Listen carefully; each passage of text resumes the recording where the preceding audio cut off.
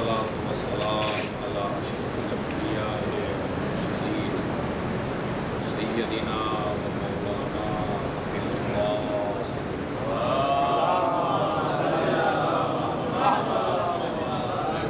وعلى أهل بيته الطيبين الطاهرين المعصومين المظلومين ورحمة الله على أعدائهم من يومنا هذا إلى قيام يوم الدين. أما بعد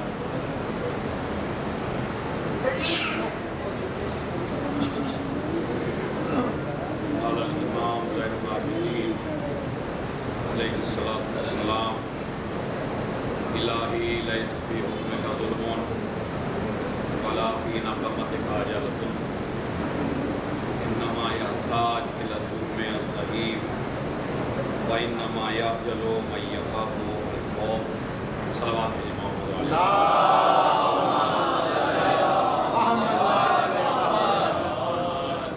ایک مرتبہ سورہ ہم 3 مرتبہ سورہ قل اللہ کی تلاوت فرما کر شگفتہ زیدی بنت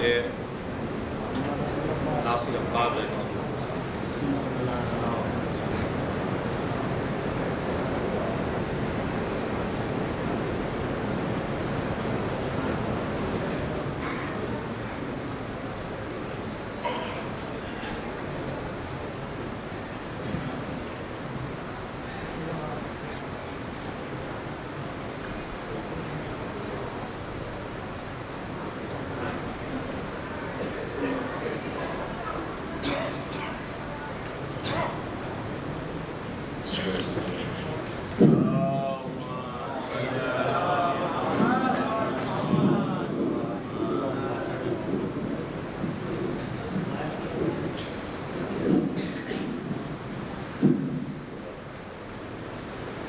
صلوات پڑھیں محمد اور آل محمد۔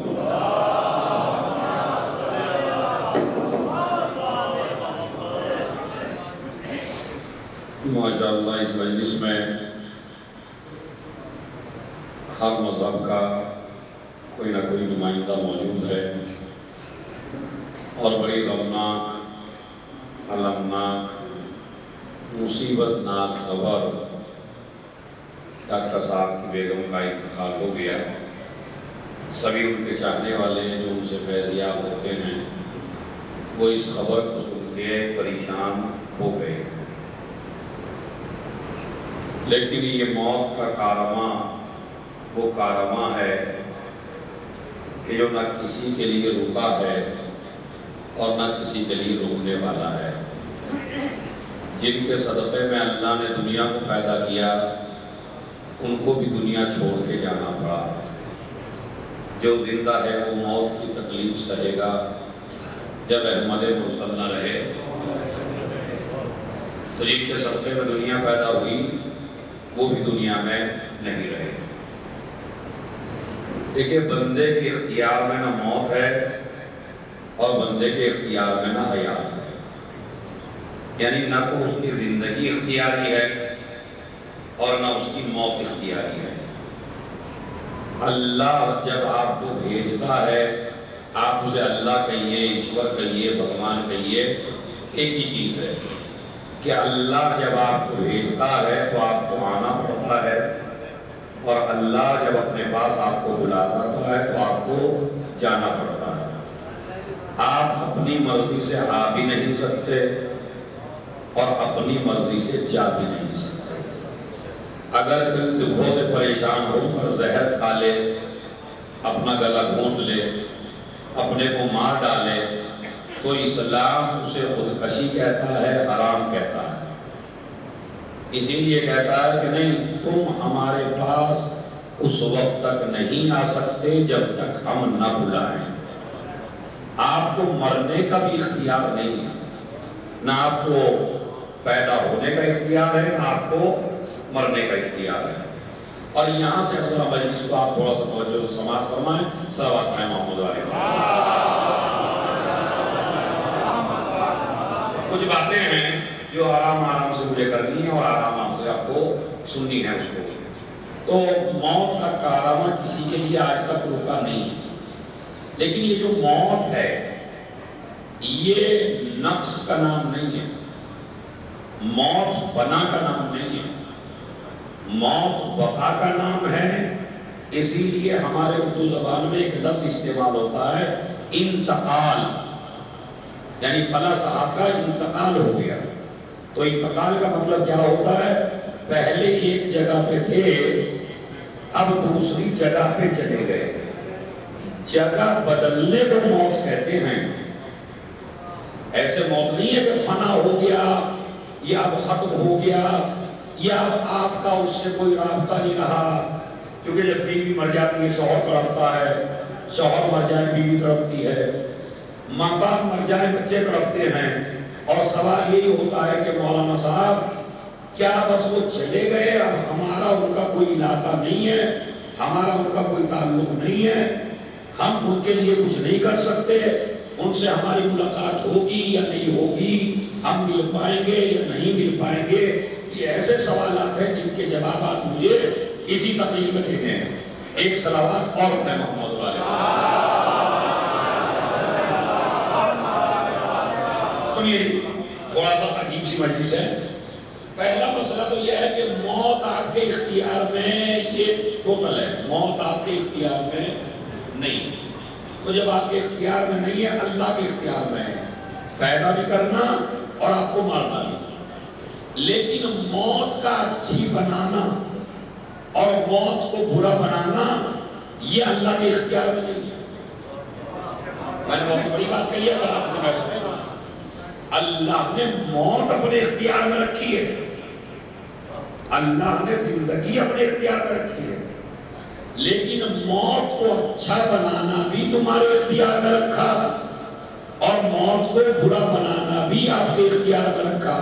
اب اچھی کیسے ہوگی؟ دو لفظوں میں سن لیجیے۔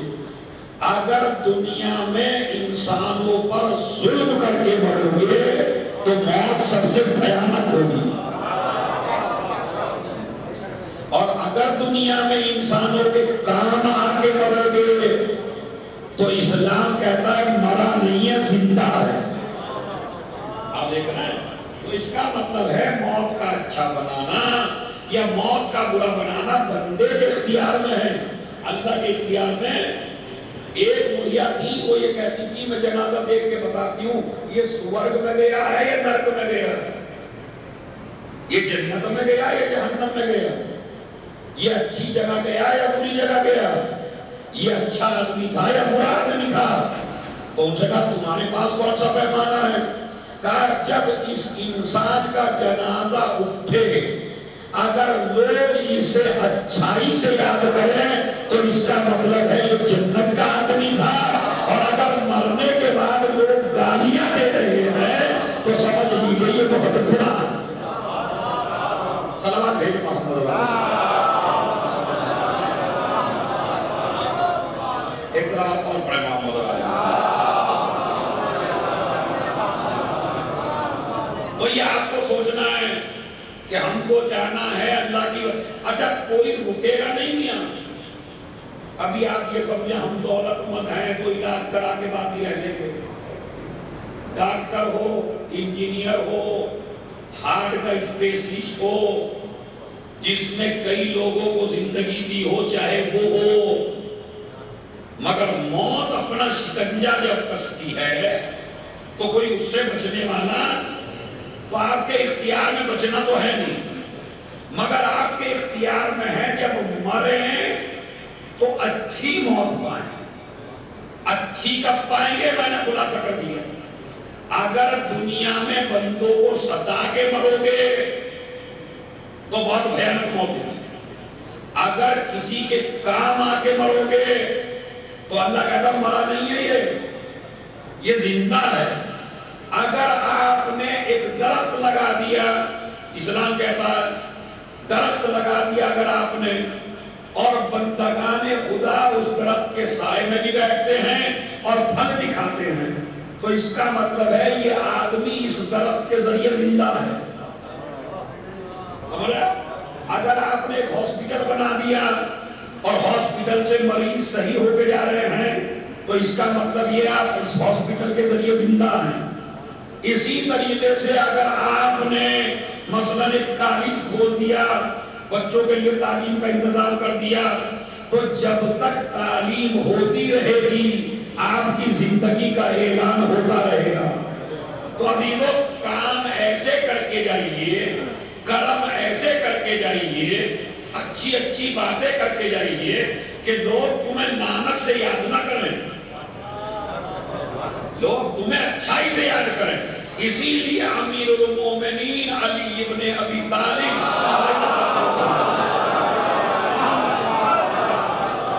میں ایک آدمی سے توجہ چاہتا ہوں، ان کا آخری وقت ہے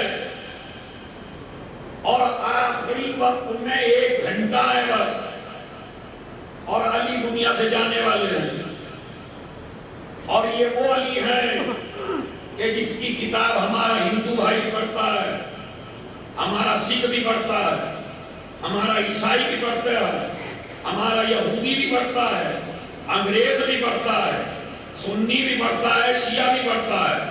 نہج البلاغہ ایسی کتاب نہیں ہے جسے مذہب شیعہ پڑھے، اس لیے کہ شیعوں کے لیے نہیں لکھی گئی ہے، انسانیت کے لیے لکھی گئی ہے۔ اب جو انسان ہوگا، جو علی کو فالو کرے گا، وہ اس سے فائدہ اٹھاتا چلا جائے گا۔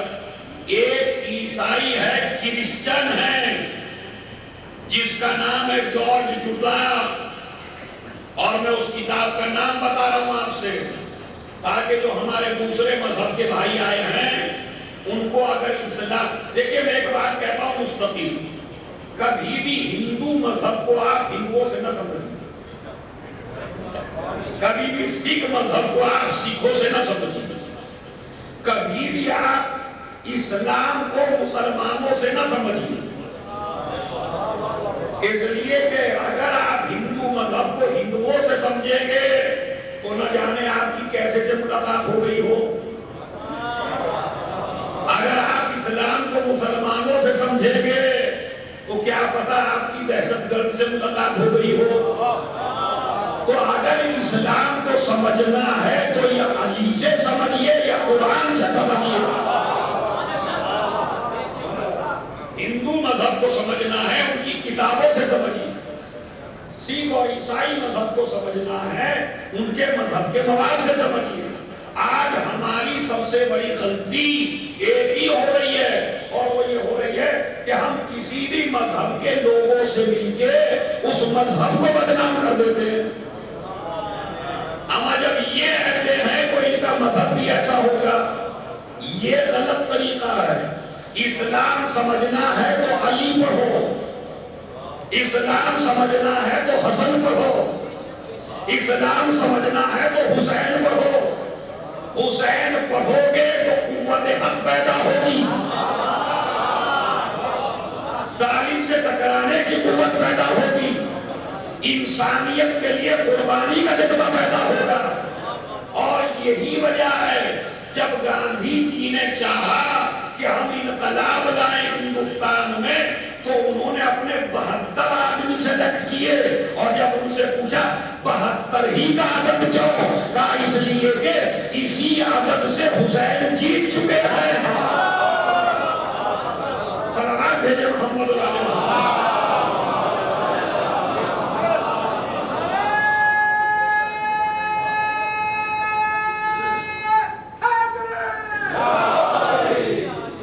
اب آپ سمجھ رہے ہیں ہماری سب سے بڑی ہر مذہب کے لوگوں کی مسٹیک ہے کہ ہم اس کے ماننے والوں سے مذہب سمجھ رہے ہیں۔ آپ قرآن سے اسلام سمجھیے، اسی طرح آپ ہندو مذہب آپ گیتا سے سمجھیے، اسی طرح کوئی بھی مذہب ہے اس کی بکس سے اور اس کے لیڈرز جو ہیں جو اس کو مذہب کو لے کے آئے ان سے سمجھیں گے۔ کوئی مذہب نہیں ہے، مجھے ایک جگہ بتا دیجیے آپ، اتنا تو مطالعہ میرا بھی ہے، کس مذہب نے کہا چوری کرو؟ بتائیے، کسی مذہب نے کہا چوری کرو؟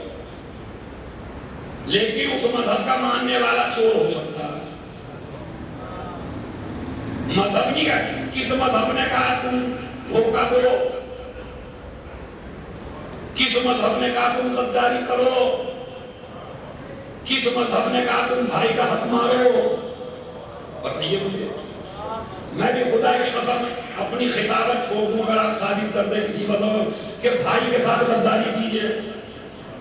اسی لیے ہماری مجلسوں میں اور ہمارے جلوسوں میں علم کی نشانی اسی لیے رکھی تھی اللہ نے اور آل محمد کے چاہنے والوں نے اور علماء نے. ورنہ ہم زیارت تعزیے کی بھی کرتے ہیں, ہم زیارت جھولے کی بھی کرتے ہیں, ہم زیارت تابوت کی بھی کرتے ہیں, لیکن ہمارے ہر جلوس میں نہ تعزیہ ہوتا, نہ گہوارہ ہوتا, نہ تابوت ہوتا, مگر کوئی جلوس ایسا نہیں ہے جس میں علم نہ ہو. ہر جلوس میں علم ہے. آپ نے سمجھا ہی نہیں ہے عزاداری کے مقصد کو. اس کا مقصد یہ ہے کہ ایک وفادار کا علم ہے تاکہ بھائیوں میں وفادار پیدا ہو, غدار پیدا سروا بھیج محمد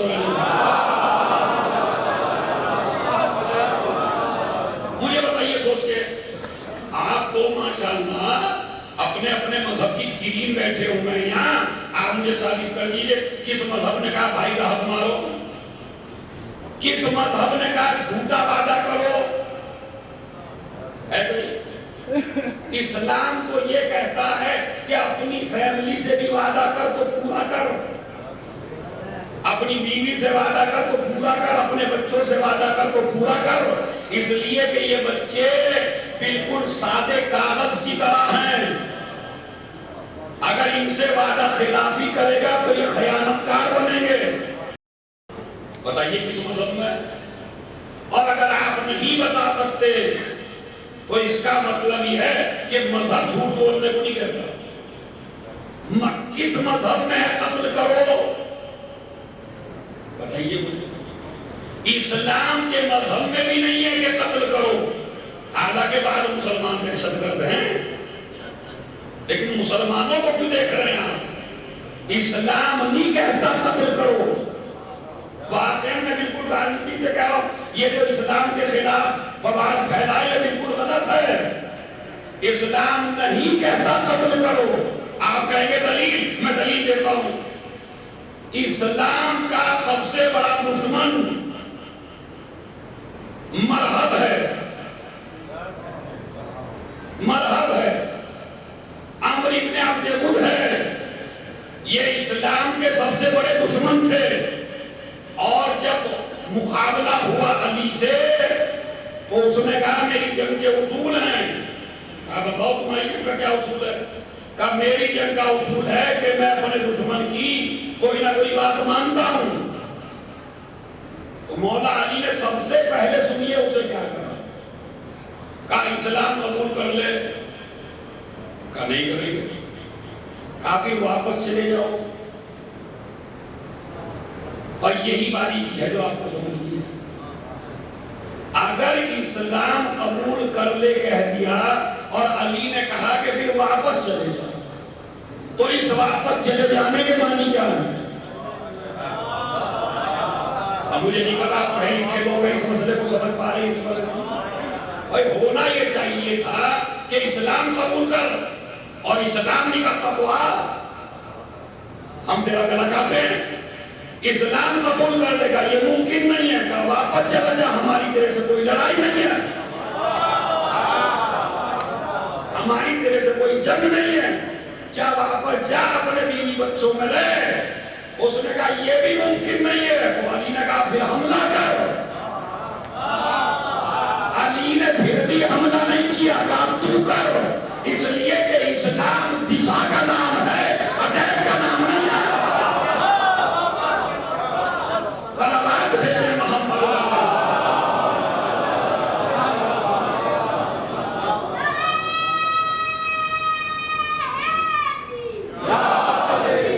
میں بڑا کلیئر کر کے کہہ رہا ہوں, اسلام کا دفاع ہے, اٹیک نہیں ہے. اور جو مسلمان اٹیک کرتے ہیں وہ مسلمان نہیں ہے. اٹیک نہیں. اسلام یہ نہیں ہے کہ کسی کا گلا کاٹ ڈالو. اسلام یہ نہیں ہے کسی کو قتل کر ڈالو. اسلام یہ نہیں ہے کسی کے بچوں کو یتیم کر ڈالو. یہ اسلام نہیں ہے. اور یہ جو اسلام آپ کو پہنچایا گیا ہے یہ صحیح اسلام نہیں ہے. آپ کو اس لیے کہ میں آج کنفیوژن دور کر دوں اپنے اس مجمع کا، دو طریقے کے اسلام دنیا میں ہیں، ایک بنی امیہ کا اسلام ہے اور ایک اہل بیت کا اسلام ہے۔ بنی امیہ کے اسلام کو نہ پڑھو، اہل بیت کے اسلام کو۔ اب اہل بیت کے اسلام میں کتنی گنجائش ہے وہ میں آپ کو بتاتا ہوں۔ دیکھیں کتنی گنجائش ہے اسلام کے اہل بیت میں۔ علی نے کہا واپس چلے جا، ہماری طریقے دشمنی نہیں ہے، یہاں بھی انسانیت کا خیال ہے۔ اور اس کے بعد دوسری جگہ دیکھیے، کرسچن ہے، عیسائی، مسلمان نہیں ہے، مسلمانوں کا دشمن ہے، اور علی جا رہے ہیں ایک راستے سے، اور وہ دونوں آپس میں مل بیٹھے ایک سواری میں، سمجھ رہا؟ اسے کہیں اور جانا ہے، علی کو کہیں اور جانا ہے۔ اس نے کہا مجھے جانا ہے مثلاً دوسری جگہ، علی نے کہا مجھے جانا ہے کوفہ۔ اب جب تک ساتھ رہا، جب ایک راستہ ادھر ہو گیا ایک راستہ ادھر ہو گیا، تو علی ابن ابی طالب اس کے پیچھے پیچھے چلے۔ اس نے کہا میاں آپ راستہ تو نہیں بھول گئے؟ کہا نہیں راستہ نہیں بھولا ہوں، جس مذہب کو مانتا ہوں اس مذہب کا اصول یہ ہے کہ اگر تمہارے ساتھ کچھ لمحے کے لیے کوئی مسافر بھی رہ جائے تو اس کا بھی حق ہے کہ جب اسے رخصت کرو تو 40 قدم چلنے کرو۔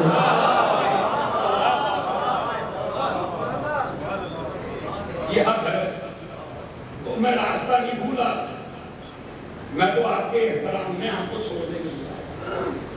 اب جو ماشاءاللہ بیٹھے ہیں وہ ذرا ایک توجہ چاہتا ہوں، چونکہ مجلس میں نے کہا تھوڑی سی الگ ہٹ کے ہے تو میں توجہ چاہتا ہوں۔ اس نے کہا علی اپنا ہاتھ بڑھائیے،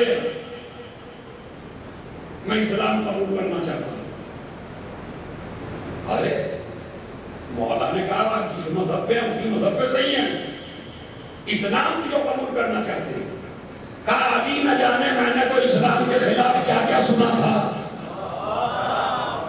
مگر جس مذہب میں تھوڑی دیر ساتھ رہنے والوں کا اتنا بڑا حق ہو تو اس مذہب کے اندر داخل ہو جائیں گے تو کتنے حقوق ہوں گے۔ تو اب یہ جو اسلام لایا یہ تلوار کے ذریعے لایا کیا؟ یہ علی کا کردار دیکھ کے اسلام۔ اور اب میں ان کے آخری لمحات آپ کو سناتا ہوں۔ آخری لمحات کیا ہے امیر المومنین؟ ایک مجھے بتائیے، اگر جھوٹا آدمی بھی مر رہا ہو تو مرنے سے پہلے جھوٹ بولتا یا سچ بولتا؟ بتا دیجیے، تمہیں پتہ ہی ہے۔ مطلب جھوٹا آدمی ہے بالکل، کوئی چونے لگائے اس نے سب کو، مگر اب یہ مر رہا ہے اور اس سے آپ کہہ رہے ہیں میاں اب تو سچ بول دو، اب تو تم آدھے گھنٹے مرنے والے ہو، تو اب جو وہ بولے گا تو بالکل سچ بولے گا، اس لیے کہ آدمی موت کے سامنے جھوٹ نہیں بول سکتا۔ ماں سے جھوٹ بول دے گا، باپ سے جھوٹ بول دے گا، رشتہ داروں سے جھوٹ بول دے گا، مگر نہیں جھوٹ بول سکتا تو موت کے سامنے نہیں بول سکتا۔ موت نظر آئی بالکل، تو اب آپ کہتے ہیں بھائی مرتے وقت آدمی جھوٹ نہیں بولتا، تو میاں مرنے سے پہلے جھوٹا جھوٹ نہ بولے تو جو صدیق اکبر ہو وہ علی ابن ابی طالب۔ ذرا سنیے، چونکہ جمعے سے پہلے مجلس تمام کرنا ہے، سنیے علی ابن ابی طالب کی بات جو سب کے لیے مفید ہے، ہر مذہب والے کے لیے۔ انہوں نے اپنے بیٹوں سے ایک جملہ کہا جو آتنکواد کے بھی خلاف ہے، دہشت گردی کے بھی خلاف ہے، کسی کو مارنے کے بھی خلاف ہے، اور یہ آخری وقت ہے علی کا، اور علی ہمارے مذہب کی اساس ہے، علی ہمارے مذہب کی بنیاد ہے، علی اسلام کا سب سے بڑا قائد ہے، علی رسول کا جانشین ہے، جو یہ بتائے گا وہی حقیقی اسلام ہوگا۔ انہوں نے کہا کونا للظالم خصمن وللمظلوم اونا، اے میرے لاڈلے حسن و حسین ایک وصیت میری یاد رکھنا، ہر ظالم کے دشمن بن کے رہنا، ہر مظلوم کے مددگار بن کے رہنا۔ صلوات بھیجتے ہیں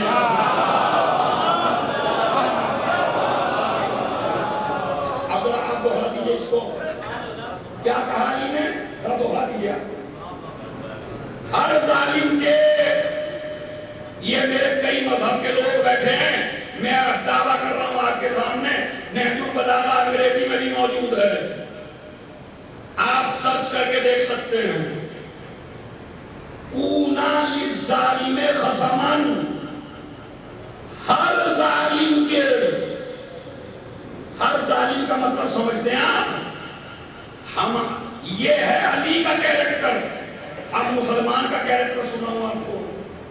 مسلمان کا کیریکٹر ہے کہ ظالم کے دشمن بن کے ہو, لیکن اپنے خاندان کا ظالم ہو تو چپ ہو جاؤ. دوسرے کا بیٹا ہو تو مار ڈالو, اپنا بیٹا ہو تو بڑھیا سا وکیل کرو, سفارش کرو. خاندان خاندان کا ساتھ دے گا, رشتہ دار کا ساتھ دے گا. ظالم کا جینا حرام کر دو. ظالم کے خلاف ہیں ہم, لیکن ہمارا رشتہ دار ظالم ہے تو ظالم کے خلاف نہیں ہے. اگر ہمارا دشمن ظالم ہے پھر سارا دین یاد ہے ہمیں, پھر قرآن کی آیتیں بھی یاد ہیں ہمیں, پھر ہم بڑے مولوی ملا بھی ہیں, ارے مارو, ارے پھانسی دلوا دو. اور چچا کے بیٹے نے ظلم کیا,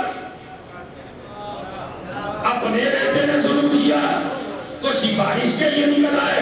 علی نے یہ نہیں کہا, دیکھ لیجیے نبی بلا, ہر ظالم کے دشمن بنو مگر شیعہ ظالم ہو تو چھوڑ دو. ہر ظالم کے دشمن بنو, سنی ظالم ہو تو چھوڑ دو. ہر ظالم کے علی نے کسی کے لیے نہیں کہا. علی نے کیا کہا؟ حقیقی اسلام یہ ہے ہر ظالم کے دشمن بنو, ظالم چاہے تیرا باپ ہو.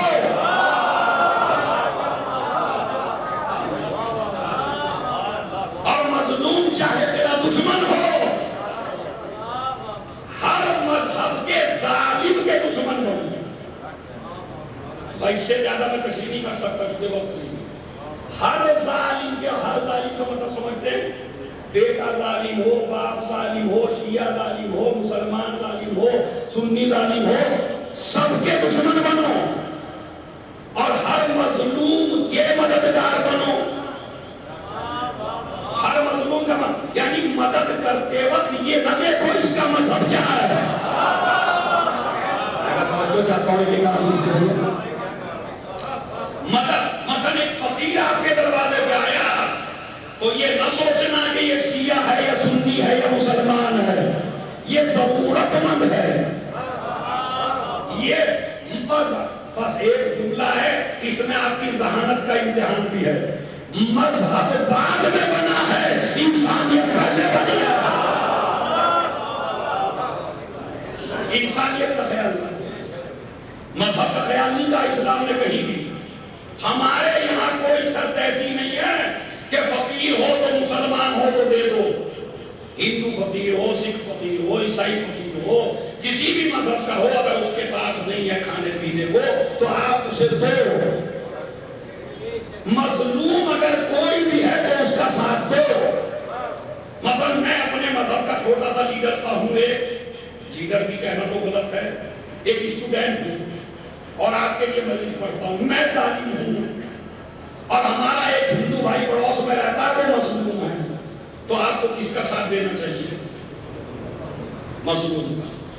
یہ ہے کربلا. بس یہاں لے آنا تھا مجھے آپ کو. کربلا کا میسج یہی ہے کہ کربلا کسی مذہب کے لیے نہیں لڑی گئی ہے, انسانیت کے لیے لڑی گئی ہے. اسی لیے جوش نے کیا کہا, ذرا سب مل کے پڑھیں گے, انسان کو بیدار کو ہو لینے دو. آپ بھی پڑھیے دوسرا مصرع, پہلا پڑھیے. ہمارے انسان سے کیا مطلب جوش اتنا بڑا صحیح تھا, کہتا شیعوں کو بیدار تو ہونے دو, کہتا سنیوں کو بیدار تو ہو لینے دو, ان ماتم داروں کو بیدار تو ہو لینے دو. جوش بھی حقیقت سمجھ گیا تھا. اس نے کہا تھا حسینیت کا تعلق مذہب سے نہیں ہے, انسانیت سے.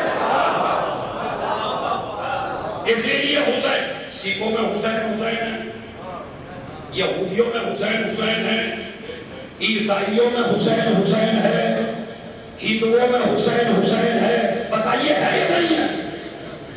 اور میں ایک جملہ کہہ کے اپنی تقریر کو سمیٹتا ہوں.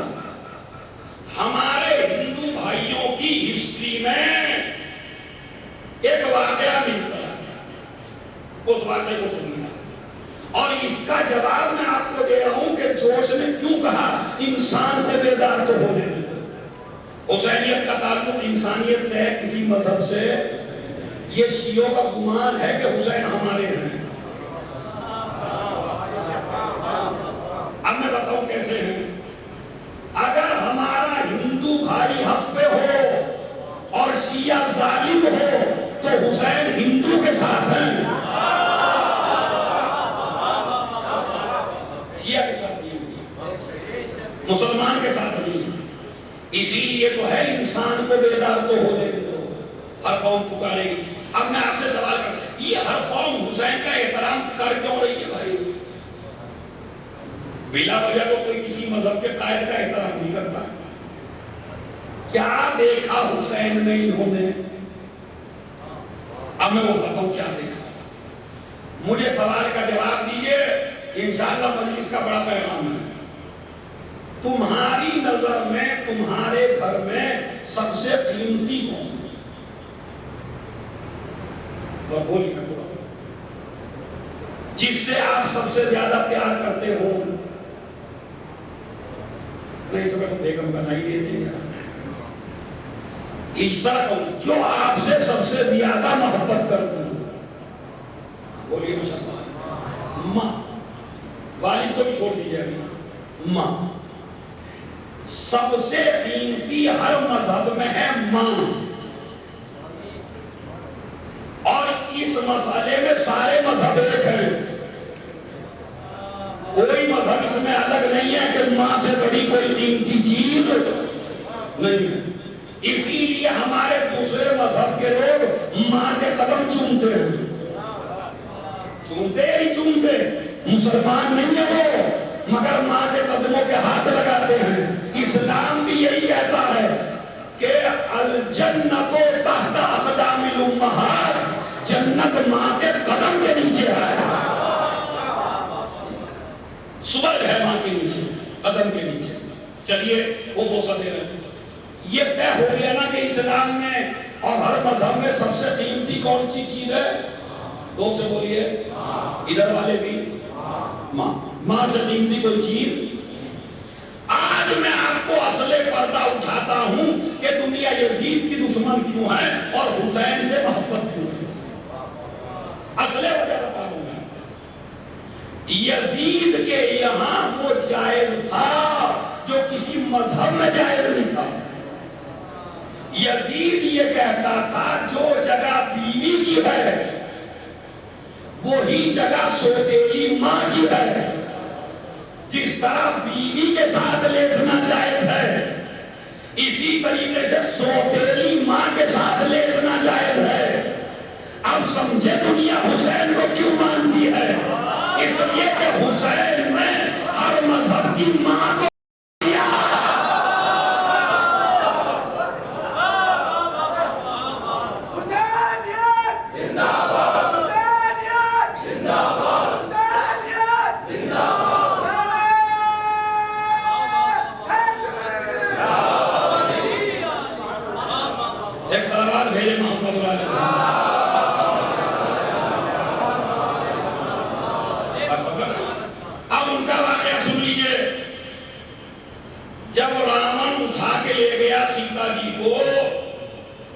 تو اپنی ہسٹری میں جا کے دیکھ لیجیے گا. اس میں یہ واقعہ ہے کہ جب یہ گیا تو وہ خاتون اتنی پاکیزہ تھی کہ انہوں نے اپنے زیورات کی کچھ چیزیں راستے میں ڈالنی شروع کر دی کہ اگر میرا شوہر مجھے ڈھونڈنے کے لیے آئے تو اسے پرابلم نہ ہو. اور انہوں نے گلے کا نکال کے ڈال دیا اور ہاتھوں کا نکال کے ڈال دیا اور پیروں کا نکال کے ڈال دیا زیور.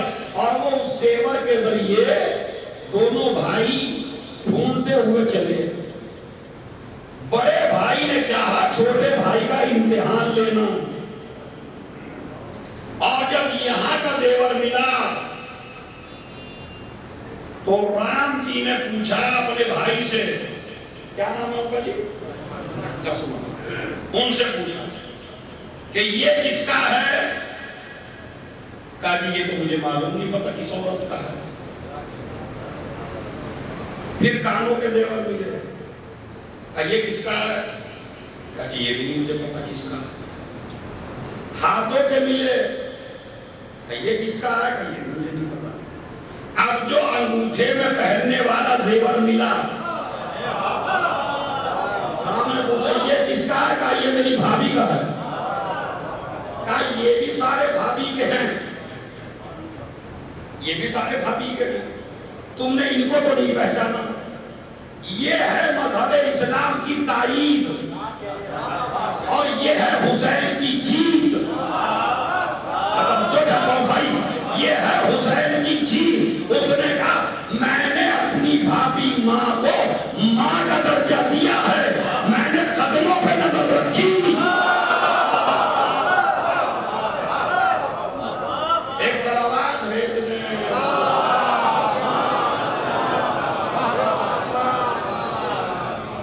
میں نے کسی اور شہر میں نظر نہیں۔ یہ جو ماؤں کا احترام ہے، یہ ہے مذہب اسلام، اور یہ ہے حسین کی جیت۔ اب اس کے علاوہ سنیں، کونا للظالم خصمان، ہر ظالم کے دشمن بن کے رہنا اور ہر مظلوم کے مددگار بننا، یہ ہے علی کا قول۔ اور اس کے بعد جو قول میں نے پڑھا ہے اس کا میں ترجمہ کر دیتا ہوں۔ الہی لیس فی حکم کا ظلمون، اے میرے پروردگار، اے میرے معبود، یہ تمہارے چوتھے امام نے فرمایا، علی ابن الحسین نے، تاکہ تھوڑا تعارف ان دنوں میں میرے دوسرے مذہب کے بھائیوں کو ان کا بھی ہو۔ یہ حسین ابن علی کا بیٹا ہے جو بچ کے آیا ہے کربلا سے۔ یزید نے سارے بیٹے قتل کرا دیے، اور جوانوں اور ہر مذہب کے ماننے والوں، ایک بات یاد رکھنا، موت ہر انسان کو آتی ہے، بس اسے نہیں آتی جو حق پہ چلے۔ بس یہی میری تقریر کا مقصد ہے، اسے نہیں آتی جو حق پر چلے۔ حق پہ چلنے والا کبھی مرتا۔ اب میں سمپل طریقے سے بالکل جیسے بچوں کو سمجھاتے ہیں، چونکہ میں بھی چھوٹا سا ٹیچر ہوں تو میں آپ کو انشاءاللہ سمجھا لے جاؤں گا۔ مجھے آپ یہ بتائیے کہ یزید کے پاس کیا نہیں تھا کربلا میں؟ لشکر بھی تھا، فوج بھی تھی، دولت بھی تھی، اقتدار بھی تھا، سپاہی بھی تھے۔ امام حسین کے بعد جو بھی کچھ تھا وہ کربلا میں ختم ہوا یا نہیں؟ بچے مارے گئے، ساتھی مارے گئے، اسی طرح بیٹے مارے گئے، ایک بیٹا بچا، بس ایک بیٹا۔ میں بار بار اس لیے کہہ رہا ہوں تاکہ ہر آدمی کو حق پہ چلنے کا جذبہ پیدا ہو۔ تو جس کا سب کچھ بچ گیا تھا اسے اس کا راج دنیا پہ ہونا چاہیے تھا، اور جس کا سب کچھ قربان ہو گیا تھا اس کو دنیا میں مٹنا چاہیے تھا۔ یزید کے 14 بیٹے تھے جو کربلا نہیں آئے تھے، تو اس کی نسل کو آج تک ہونا چاہیے تھا۔ حسین کے سارے بیٹے مارے گئے تھے، ایک بیٹا بچا تھا، تو کہاں 14 آدمیوں کی نسل اور کہاں ایک آدمی کی نسل؟ ایک صلوات پڑھے محمد علیہ۔ سنیے بھائی، بہت توجہ سے سنیے یہ بات کہ اس کے پورا لشکر، پورا اقتدار، پوری فوج، اور ادھر ایک بیٹا ایک بہن، اور یہ بھی اسیر۔ مجھے آپ ذرا سوچ کے بتائیے نسل کس کی زیادہ ہونی چاہیے؟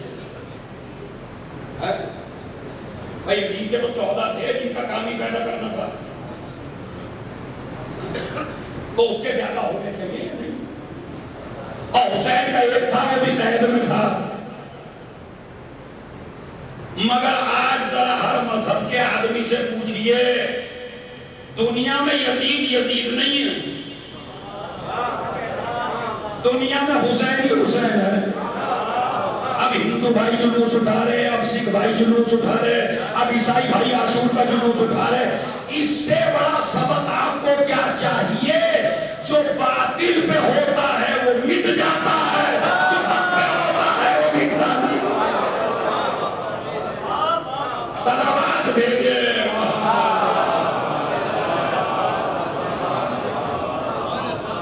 حسین کے ایک بیٹے سے آج بھی نسل باقی ہے. اچھا کسی بھی مذہب کے آدمی سے پوچھئے تمہارا یزید سے رابطہ ہے؟ نہیں. یزید تمہارا رشتہ دار ہے؟ کسی بھی مذہب سے کہیے. ایک تو جھوٹے مارے گا, کہا مرحوم تو ہوگا یزید, کہے گا نہیں کہے گا. یہ ہر آدمی میں بیداری آخر کیوں ہے؟ اما آپ تو اپنی بات کرتے ہیں. یزید کا بیٹا جب تخت کے اوپر بیٹھا یزید کے مرنے کے بعد تو اس نے منبر پہ جا کے کہا کہ اے مسلمانوں مجھے زبردستی بٹھایا گیا ہے, میں اس تخت پہ نہیں بیٹھنا چاہتا چونکہ میرا دادا بھی غاصب تھا, میرا باپ بھی غاصب تھا. یہ ہے مسئلہ, یہ تاریخ ہے. تو حق والے کبھی مٹتے, حق پہ چل کے آدمی برباد نہیں ہوتا, مٹتا. کیوں؟ الہی اسی بیٹے نے کہا دربار یزید میں, الہی لیس فی حکم کا ظلم, پالنے والے تیرے کسی بھی فیصلے میں ظلم نہیں ہے. ذرا مجھے ہندو بھائی بتائیں, سکھ بھائی بیٹھے ہیں ہمارے بھائی, ایشور کے کسی فیصلے میں ظلم ہوتا ہے؟ جی اللہ کے, ایشور کے, بھگوان کے جو بھی نام سے آپ یاد کریں, حالانکہ اب تو گندی سیاست چل رہی, اللہ بھی بانٹ ڈالے, اللہ کو بھی بانٹ دیا. ہم اتنے گندے لوگ ہیں کہ اللہ بھی پارٹی باز بنا دیا ہم نے. ان کا اللہ ہمارا بھگوان. اب آدمی شخصیت تو ایک ہی ہے, یہ بانٹو گے کیسے؟ اللہ کہیے, بھگوان کہیے, ایشور کہیے, کسی بھی نام سے یاد کریے, اس لیے کہ جو بھی پیار سے نام لے دیں وہی ہے وہ. مگر ہم نے ہندو مسلمان اس کو بھی بانٹ ڈالے. کتنے برے ہیں ہم لوگ کہ جو اللہ کو بھی نہ چھوڑے. مگر اللہ ظالم دو سے بولے, ایشور ظالم نہیں. اب یہ زیدی صاحب ہیں, ان کی بیوی کا انتقال ہو گیا ہے, سمجھ ہے, تھوڑی دیر کے لیے کہیں نہ کہیں بندہ یہ سوچنے میں مجبور ہوتا ہے یار یہ میرے ساتھ کچھ غلط تو نہیں ہوا. سوچتا ہے, مائنڈ ہے آدمی کا, کہ آدمی پریشانیوں میں جب گھرتا ہے تو یہ سوچتا ہے یار یہ میرے ہی ساتھ کیوں. سب کی بیویاں زندہ ہیں, میرے ساتھ کیوں. سب کے بیٹے زندہ ہیں, میرے ساتھ کیوں. اسی طرح منجی کے موسم میں بارش نہ ہو تو ان کسانوں کو اللہ ظالم لگنے لگتا. یار کوئی بات ہے, بارش کا موسم ہے, اللہ برسائی ملا. اناج کا موسم ہو اور گھر پہ اناج آنے والا ہو, ایک دن کے بعد وہ بارش ہو جائے. یار اب پہ تو اللہ کو بھی نہیں پتا کس وقت پریشانی لگا دیا, اجالا کر دیا پریشان ہمیں. تو تھوڑے تھوڑے مسائب اور پریشانی دیکھ کے آدمی یہ سمجھتا ہے کہ اس وقت ہونا چاہیے تھا اور اس وقت نہیں ہونا چاہیے تھا. تو بھائی اگر وہ تمہارے اشاروں پہ چلے گا تو تمہارا بندہ ہو جائے گا نا. پھر وہ ایشور کہاں, پھر وہ بھگوان کہاں. تو اپنے نقصان کو نہ دیکھ, اس بارش سے کتنوں کا فائدہ ہو رہا ہے. اور اگر تو اس لیے تنگ ہے میرا جملہ میں نے ابھی تک آپ سے بولنے کو نہیں کہا پوری مجلس میں، کہا سنجیدگی سے سنو، مگر اس پہ میں چپ رہنے کی اجازت بھی نہیں دیتا۔ مجھے کوئی ایسا دن بتائیے، تمہاری فصل ہوئی ہو یا نہ ہوئی ہو، مگر وہ دن بتاؤ جس دن اللہ نے بھوکا سنایا ہو۔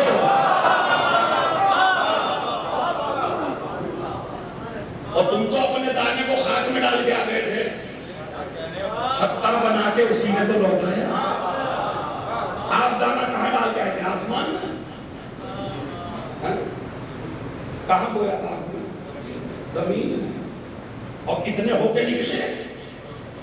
اس پہ کبھی اللہ کا شکر نہ ادا کیا کہ ایک دانا اور اتنا ناچ 2 دھڑی بو کے 100 کونٹل کاٹے، اس پہ نہیں جاتی جنت؟ ارے بارش کیوں؟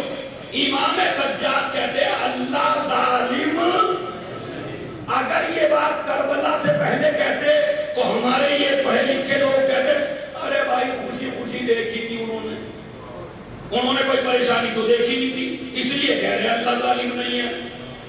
اگر امام سجاد کربلا سے پہلے کہتے تو ہم لوگ یہ کہتے کربلا کے واقعے کے بعد کہتے ہیں اللہ ظالم۔ بہت بڑا پیغام دیا میں نے آپ کو، صلوات بھیج دیں بس، چونکہ نماز جمعہ بھی ہونا ہے، بس 5 منٹ کا مسائل اور یہ جملہ سن لیجیے۔ کربلا کے واقعے کے بعد کیا کہہ رہے ہیں؟ اللہ ظالم، انسان ظالم ہے۔ ارے بھائی مجھے نہیں پتا، آپ نے توجہ دی تھی۔ اللہ ظالم کیوں کا جواب دے جائیے بس۔ اللہ ظالم کیوں نہیں ہے؟ خدا کی قسم پوری اگر سائنس بھی آپ پڑھ لیتے اور پورا فلسفہ آپ پڑھ لیتے اور پورے مذہب کی ہسٹریاں آپ پڑھ لیتے تو آپ کو اس کا جواب نہ ملتا۔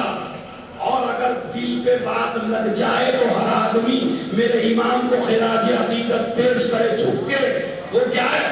اللہ تیرے کسی بھی فیصلے میں ظلم نہیں ہے۔ سامنے والے نے کہا کیوں؟ ایک اصول بتایا قیامت تک جسے ہر مذہب کا آدمی مانتا ہے، انما یحتاج الی الظلم الضعیف، اس لیے کہ ظلم ہمیشہ وہ کرتا ہے جو کمزور ہو۔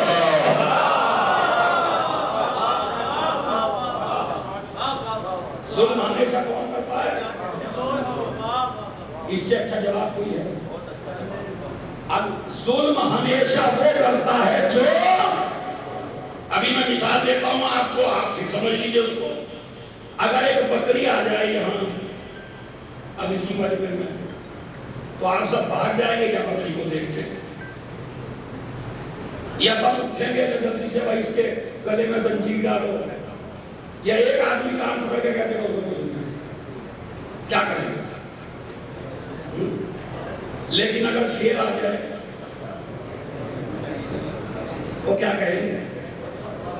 اور انڈیا کبھی کھانا جائے اس کو ڈالو زنجیر؟ اس کا مطلب یہ ہے کہ جو اپنے سے زیادہ پاور میں ہو اسے اسیر کیا جاتا ہے۔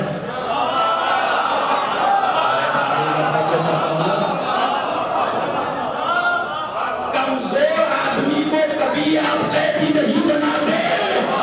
یزید کا سجاد کو قیدی بنانا اس بات کی دلیل ہے کہ سجاد سود بڑھا ہوا ہے۔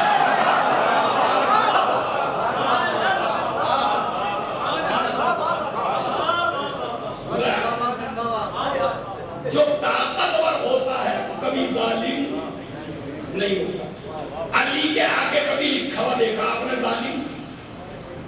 حسن کے آگے، حسین کے آگے، ہمارے امام کے آگے مظلوم لکھا ہوا ہے۔ جاؤ میں نے میرٹ والوں فضائل آپ کو سنا دیا اگر آپ سمجھ لیتے۔ ہمارے ہر امام کے سامنے ظالم کا نہ لکھا جانا اور ہر امام کے سامنے مظلوم کا لکھا جانا اس بات کی دلیل ہے کہ سب سے طاقتور یہی تھے۔ ظالم کمزور ہوتا ہے۔ فیروز حیدر صاحب ایک مثال دیا کرتے تھے، اللہ انہیں جنت نصیب فرمائے، کہ ایک باز نے چڑیا چڑیا کے انڈے پھوڑ دیے. مثال دیتے تھے, مثال بڑی عجیب. وہ ظلم آدمی کو کیسے کمزور کرتا ہے. ایک باز طاقتور ہے, یہ چڑیا باز, مگر اس نے ظلم کر دیا چڑیا کے اوپر. جیسے ہی ظلم ہوا چڑیا میں طاقت پیدا ہوئی. آپ نے آسمان پہ منظر دیکھا, باز آگے آگے اور چڑیا. اس کا مطلب ہے ظلم کرنے نے اسے کمزور بنا دیا اور مظلومیت نے اس کو طاقتور بنا دیا. یہ ہے مظلومیت. پروردگار ظالم نہیں ہے. کیوں نہیں ہے؟ اس لیے کہ ظلم وہ کرتا ہے جو کمزور. اور آخری جملہ اور 2 منٹ کا مسائل ذرا صلوات پڑھیں. ارے بھائی کی صلوات ہی تھی.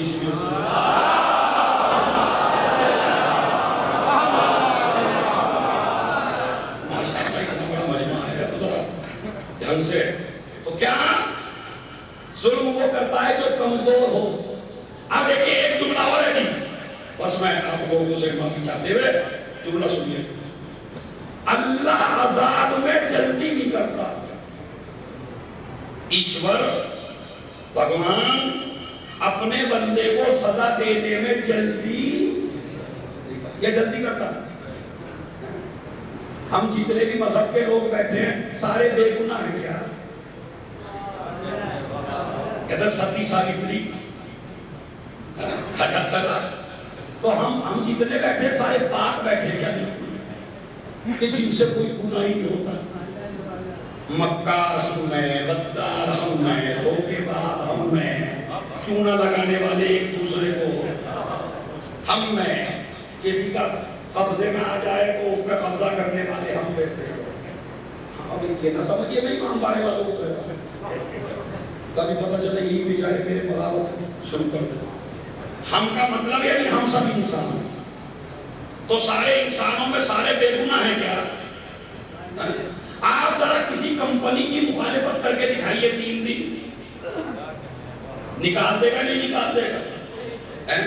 اپنے ماں باپ ہی کی مخالفت گھر میں کر کے دکھائیے, ماں باپ بھی تنا کے نکال دیں گے. جھوٹے ہم میں, مکار ہم میں, ظالم ہم میں, حق مارنے والے ہم میں ہیں. جب ہم سب ہیں اللہ مگر سزا نہیں دیتا جلدی.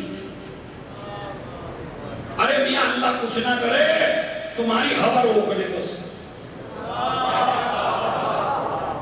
وہ ہوا تو اسی کے ہاتھ میں ہے. ابھی کرونا میں کیا ہوا تھا, تھوڑا سا آکسیجن کم ہونے لگا تھا بندوں کا, ڈاکٹروں نے آپ کے آکسیجن لگایا, بل بنایا 5-5-6-6 لاکھ کا. اب آپ کہیے تو ہوائی تو ہے, اور جن ڈاکٹر نے بچا لیا اسے سلام بھی کیا. پھر ارے تم بہت مر گئے ڈاکٹر صاحب, آپ نے آکسیجن لگا دیا تھا 6 لاکھ کا, کوئی مسئلہ نہیں, مگر تم نے بچا لیا. جو 4 دن کے لیے آکسیجن پیسے میں لگا دے اسے سلام کرتے ہو, اور جس نے فری آکسیجن لیا ہو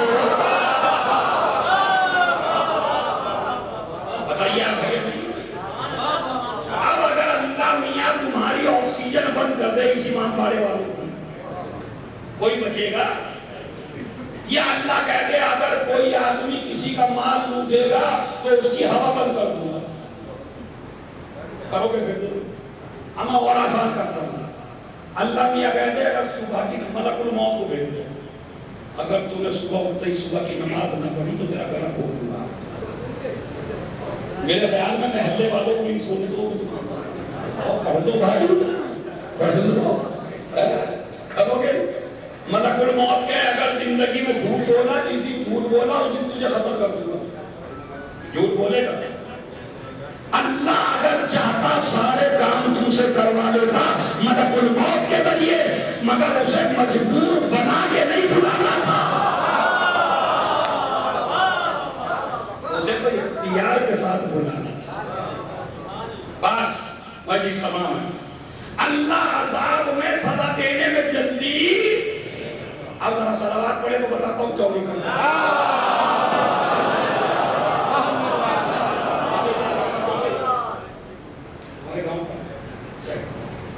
یہ سیف پور کے ہیں. سیف دیکھے جلدی کون کرتا ہے؟ اللہ جلدی کیوں نہیں کرتا؟ سیف پور میں ایک جرم ہوا تو سیف پور کی پولیس پریشان ہو گئی. انہوں نے شکایت کر دی او جلدی پکڑو کہیں میرٹھ نہ چلا جائے. اب وہ میرٹھ آ گیا تو میرٹھ کی پولیس سے پریشان جلدی پکڑو کہیں دلی نہ چلا جائے. اب وہ دلی کی پولیس پریشان ہے جلدی سے پکڑ لو کہیں سرحد پار نہ کر کے چلا جائے. اس لیے کہ دنیا میں ایسے ملک ہیں کہ جو مجرموں کو رہنے کی جگہ ضرور دے دیتے ہیں.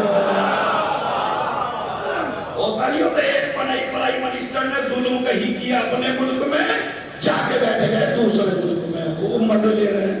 ہوتا نہیں ہوتا. تو پریشان کیوں ہوتی ہے پولیس؟ سیف پور کی پولیس پریشان ہمارے اندر سے نہ نکل جائے. اسی طرح یہ میرٹھ والے پریشان کہیں ہمارے نیچے سے نہ نکل جائے. دلی کی پولیس پریشان جلدی پکڑو کہیں سرحد پار نہ کر جائے. آپ سمجھے جلدی وہ کرتا ہے جسے یہ معلوم ہو میرے اندر سے نہ نکل جائے. وہ اللہ کیا جلدی کرے جسے پتا ہے زمین پہ رہے گا تو ہمارے پاس ہے, آسمان پہ آئے گا تو کہاں جاؤ گے؟ لا يمكن الفرار من حکومتی. ہر آدمی کی حکومت سے فرار ممکن ہے مگر تیری حکومت سے فرار ممکن ہے. بس عزیزو ڈاکٹر صاحب کی بیگم بڑی عظیم خاتون اور خود یہ بہت عظیم شخصیت ہے. میں کو پرسنل جانتا ہوں. میرے گاؤں میں کتنے کیس ہیں جو جس میں انہوں نے پرواہ نہیں کی کہ پیسہ ہے یا نہیں ہے. ڈاکٹر ہونا کمال نہیں ہے, ڈاکٹر کے ساتھ مہربان ہونا کمال ہے. ورنہ اگر ڈاکٹر بھی لٹیرے بن جائیں اور مولوی بھی ڈاکو بن جائیں تو پھر کیا ہوگا؟ اللہ نے جو فن جس کو دیا ہے اس فن سے لوگوں کا فائدہ نہ اٹھاؤ, لوگوں کو فائدہ پہنچاؤ. بڑے اچھے تو کئی کے ساتھ میں نے دیکھا ان کا حسن سلوک, اور انشاءاللہ یہ حسن سلوک ایسے ہی کرتے رہیں گے تو ان کی بیگم کو اور جو مرحوم ہو چکے ہیں خود بخود ان کو ثواب پہنچتا ہے. ابھی تو چونکہ ان کے بچے بھی ہیں تو ان سے زیادہ تسلی کے مستحق وہ بچے ہیں جن کی ماں دنیا سے گئی ہے. مگر میں ان بچوں کو سینے سے لگا کے ایک ہی جملہ کہتا, میرے لاڈلو تم خوش نصیب ہو, کم سے کم باپ کا سایہ بھی ہے, چچا تایا بھی ہے, پھوپھیاں بھی ہیں, گاؤں والے بھی ہیں. جب تمہاری ماں کا جنازہ اٹھا تو لوگوں نے آپ کو سینے سے لگایا, لوگوں نے آپ کو پیار کیا. آؤ مدینے میں ایسے بچے دکھاؤں جن کو کوئی پوچھنے والا نہیں.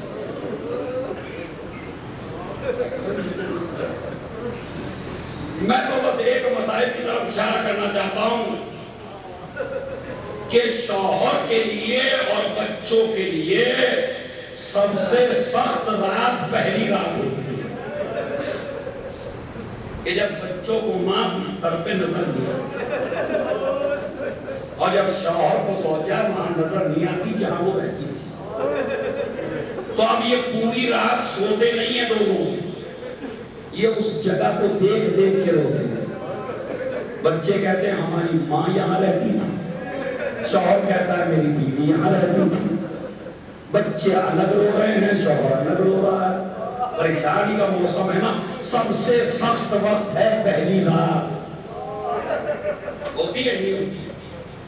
اور اس پہلی رات میں زہرا کی وصیت ہے, علی مجھے بھول نہ جانا, میری قبر پہ سورہ یاسین پڑھا رہا. مجھے نہیں پتا کتنا گریہ کریں گے. میری قبر پر علی سورہ یاسین پڑھا. اب علی نے کسی بھی طرح بچوں کو سلایا اور بچوں کو سلا کے زہرا کی قبر پہ پہنچے. میں ماں کی محبت بتا رہا ہوں صاحب سے اور ختم ہے مجھے. ایک ہی منٹ کا مسائل ہے, جمعہ نہ ہوتا تو میں تفصیل سے پڑھتا ہوں, لیکن چونکہ جمعے کے لیے وضو بھی کرنا ہے, آپ کو ہمارکی بھی کرنی ہے. سن لیجئے, 1 منٹ کا مسائل گھنٹوں کے برابر ہے اگر آپ سمجھ گئے.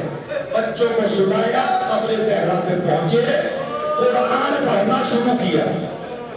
اب جو قرآن پڑھا تو قبر زہرا ہلنے لگی، اور قبر سے آواز آئی، ابو الحسن قرآن چھوڑ دو، گھر چلے جاؤ۔ اب میں نے مصائب پڑھ دیا، آپ کی سمجھ میں آ گیا۔ ابو الحسن قرآن چھوڑ دو، گھر چلے جاؤ۔ علی نے کہا، اے زہرا، تم نے مجھے وصیت کی تھی کہ میری قبر پہ سورہ یاسین پڑھا کرنا، اور اب کہتی ہو کہ چلے جاؤ۔ کہا نہیں علی، بس اب تو چلے جاؤ، میں کہہ رہی ہوں میری قبر چھوڑ دو، چلے جاؤ۔ کہا کیوں؟ کہا ابھی میری ننھی سی زینب نیند سے بیدار ہو گئی ہے، کبھی تمہارا بھی سر دیکھتی ہے، کبھی میرا بھی سر دیکھتی ہے، نہ ماں موجود ہے نہ باپ موجود ہے، کہیں میری بچی کا جگر نہ پھٹ جائے۔ ایک روایت یہ ہے، دوسری روایت یہ ہے، میرے حسین کو پیاس لگی ہے، جلدی چلے جاؤ۔ علی آئے، اب جو دروازہ کھولا، کیا دیکھا؟ 5 برس کی بچی دروازے پہ کھڑی ہوئی۔ اے بابا، ارے اللہ نے تو چھوڑا تھا، آپ نے بھی چھوڑ دیا۔ کہا بیٹی تیری ماں کی قبر پہ گیا تھا، میں کہوں گا بی بی آج زینب حسین کے ساتھ ہے تو علی کو گھر پہ بھیج دیا، مگر شام غریبا زینب تنہا ٹوٹا ہوا نیزہ علی کو بھیجا۔ جاؤ میری بچی سے سیعلم الذین ظلموا ایام نبیہم اللہم اغفر للمؤمنین والمؤمنات والمسلمین والمسلمات الاحیاء منهم والاموات تابع بیننا وبینہم بالخیرات انکا مجیب الدعوات انکا علی کل شیء قدیر۔